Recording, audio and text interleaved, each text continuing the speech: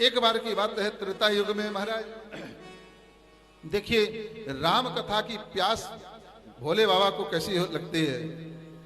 अचानक राम कथा श्रवण करने की इच्छा, जबकि राम कथा के रचयिता शिवजी ही हैं, मगर अपनी ही रचना को सुनने के लिए व्याकुलता देखिए। कोई आजकल लोग ये कह देते अरे राम कथा को क्या सुनना, अरे वो रामायण हम तो कई बार हमारे यहाँ जो है संपूर्ण रामायण हो चुकी है, अखंड रामायण हो चुकी है, हम तो अखंड रामायण का पूरी रामायण पढ़ चुके हैं, रामायण को क्या सुनना है। अरे भैया योगी यति मुनि बड़े बड़े ज्ञानी कई जन्म लेकर के भी मर गए, मगर इसके बाद में भी रामचरितमानस को राम कथा को समझ नहीं पाए। भला हम और आप क्या समझेंगे। यह तो जब तक जीवन है और जितने जन्म भी मिले उतने जन्म में भी अगर हम राम कथा का श्रवण करते रहें तो भी यह अनंत है। जिस तरीके से वह परमात्मा अनंत है ऐसे राम कथा भी अनंत है, और अनंत हीरे मोती इससे जो है जीव के कल्याण के लिए निकलते रहेंगे। भक्ति के, ज्ञान के, वैराग्य के ये हीरे मोती सब उसके अंदर से निकलते रहे। ये ऐसी कथा है।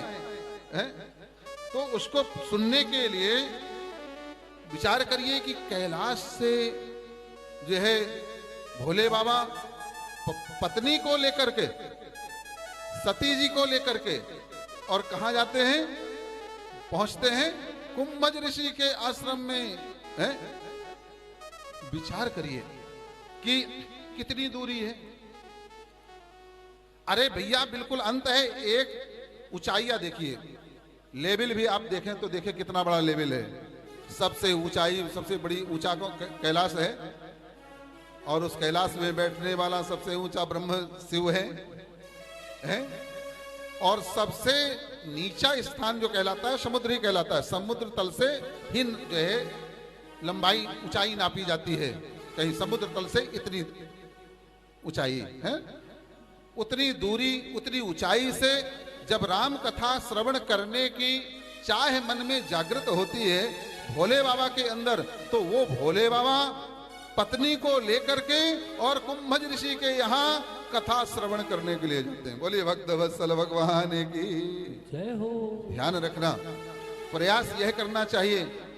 कई भक्त होते हैं जिनको अंदर भगवान की जो भक्ति होती है, और उस भक्ति के कारण परमात्मा की कथा श्रवण करने का उनके अंदर बड़ी रुचि रहती है। मगर कभी कभी क्या होता है कि जो पत्नी के अंदर वो भाव नहीं होता, कभी पति के अंदर भाव नहीं होता।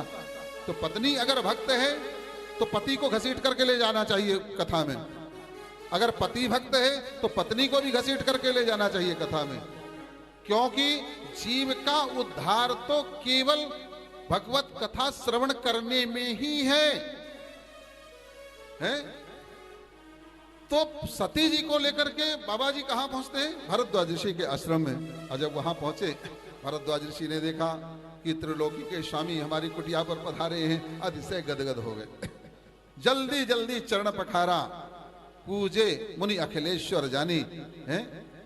इस अखिल ब्रह्मांड के ईश्वर शिव आए हैं, मेरा तो जीवन धन्य हो गया। उनका पूजा की, उनकी पूजा करने के बाद सम्मान दिया, जो कुछ भी था जो है व्यवहार किया, शिष्टाचार किया। इसके बाद में महाराज जो है शिव जी ने भक्त जाया ना करते हुए तुरंत कहते हैं, ऋषिवर पता है हम क्यों आए हैं? हमें राम कथा सुनना है।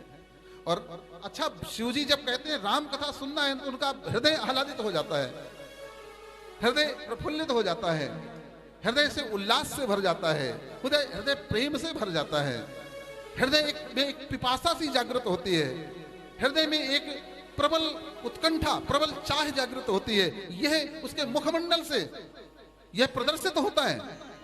ध्यान रखना, जब भी कुछ अच्छी चीज आप लेने के लिए जाते हो तो आपका आभा मंडल, आपका चेहरा, आपकी चेहरे की वो रेखाएं, आपकी चेहरे की वो भाव भंगिमाएं वह प्रदर्शित करती है कि आपके अंदर बड़ी उत्सुकता है इसको पाने की, है ना। ऐसा ही उसी उत्साह के साथ में भोले बाबा ने यह कुंभज ऋषि से कहा कि बोले महाराज आप हमें कथा श्रवण करवाइए। आप विचार करिए, देखिए कुंभज ऋषि ने तो जब जो है भगवान ने कहा तो कुंभज ऋषि कथा जो है बोले प्रभु आप इतने महान हैं, हमें मात्र श्रेय दे रहे हैं। कथा तो आपके रग रग में बसी हुई है, आपके मानस में बसी हुई है कथा, मगर फिर भी प्रभु हमारा उद्धार करने के लिए शायद हमसे आप कथा सुन रहे हैं। कोई बात नहीं, बहुत मेरे अहोभाग्य है कि मैं शिव को कथा सुनाऊं, हमारे भी बहुत बड़े अहोभाग्य हैं। मां नर्मदा जी को हम कथा सुना रहे हैं, हमारे शिव जी सामने बैठे हुए हमारे और शिव जी कथा जो श्रवण कर रहे हैं, ये भी हमारा कितना बड़ा सौभाग्य है। देखिए तो सामने ही शिव जी विराजमान है।